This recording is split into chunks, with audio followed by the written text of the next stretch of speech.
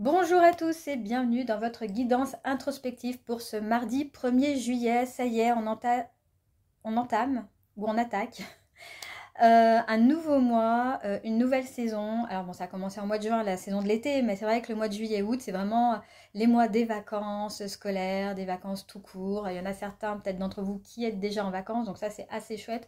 Je trouve qu'on a vraiment une très bonne énergie, si on enlève tout le côté chaleur, hein, parce que bon, moi j'ai un petit peu de mal avec la chaleur du mois de juillet et du mois d'août, mais je pense qu'on est beaucoup dans ce cas-là, donc bon. Vive les ventilateurs, moi je vous dis. Donc, on va revenir à notre guidance.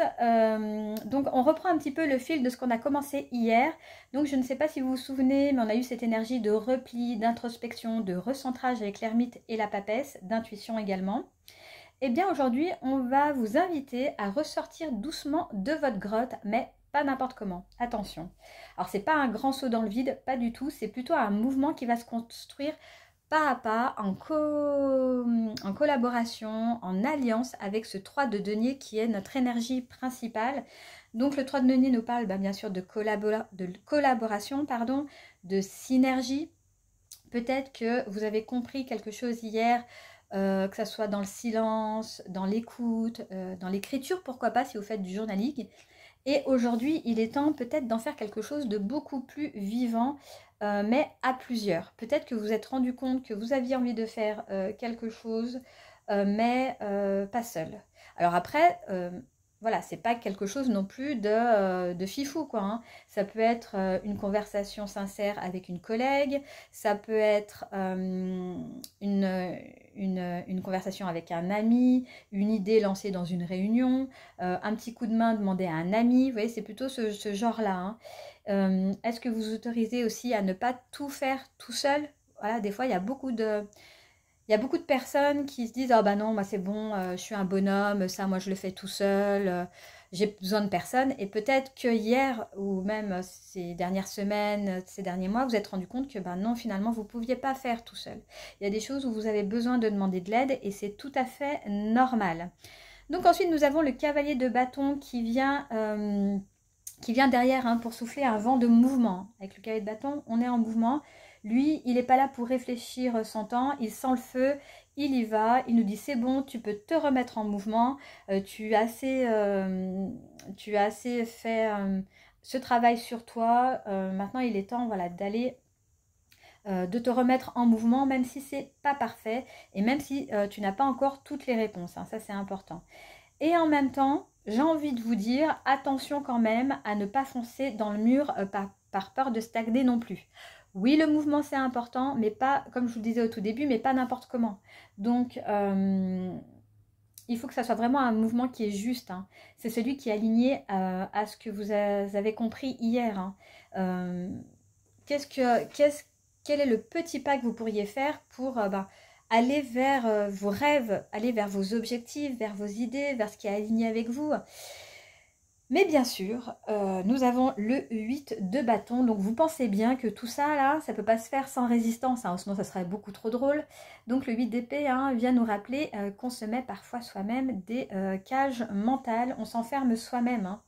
Alors, c'est pas forcément le monde qui vous bloque, hein, c'est peut-être la manière dont vous parlez, dont vous vous considérez. C'est peut-être vos perceptions qui vous empêchent de faire ce que vous avez envie, hein.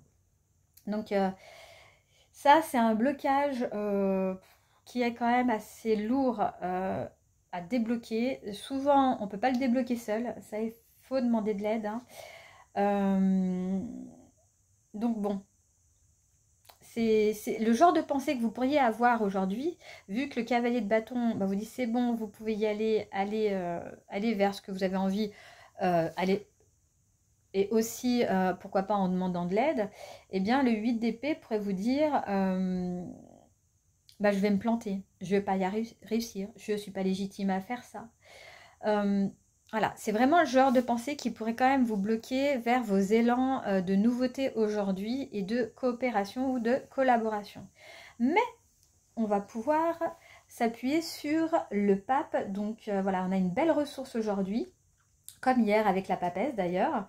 Alors, le pape, c'est pas celui qui donne des ordres, hein, non, c'est celui qui rappelle le sens des choses.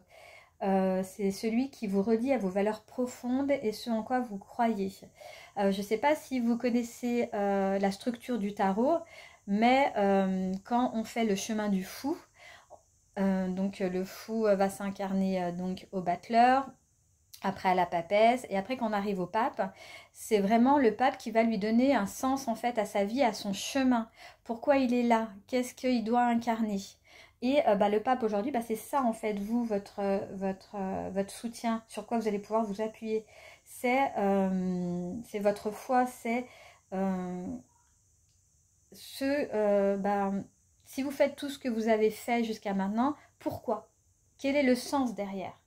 Et vous allez voir qu'en y mettant du sens, peut-être que ça atténuera votre blocage d'aujourd'hui, qui est donc ce 8 d'épée. Donc voilà un petit peu pour le tirage principal. On va passer maintenant à la réponse oui-non à la question que vous vous posez en ce moment. Et j'ai tiré la roue de fortune. Donc avec la roue de fortune, c'est une carte qui est neutre. Ni oui, ni non. C'est une carte qui est mouvante, qui est également instable, hein, qui tourne, c'est un cycle. Elle dit ça dépend. Voilà, ça dépend de vous, de comment vous choisissez de réagir, de bouger, de vous ajuster. Elle rappelle aussi que rien n'est figé. Donc peut-être que si vous prenez la décision aujourd'hui, pour vous, ça vous semblera bien, mais que dans quelques temps, vous regrettiez un petit peu. Donc voilà, attention. C'est pas une journée à vraiment prendre de grandes décisions avec la roue de fortune, hein, parce que tout peut basculer d'un jour à l'autre. Donc voilà, soyez prêts à vous adapter. Et moi, mon conseil, c'est de reporter votre décision pour mieux réfléchir à la situation. Donc voilà pour la guidance de ce mardi 1er juillet. Donc on passe de l'introspection hier à l'action, mais pas n'importe comment. On réfléchit, on ne fonce pas droit dans le mur. On accepte de l'aide si on en a besoin. On sort un petit peu du silence pour bâtir à plusieurs, pourquoi pas.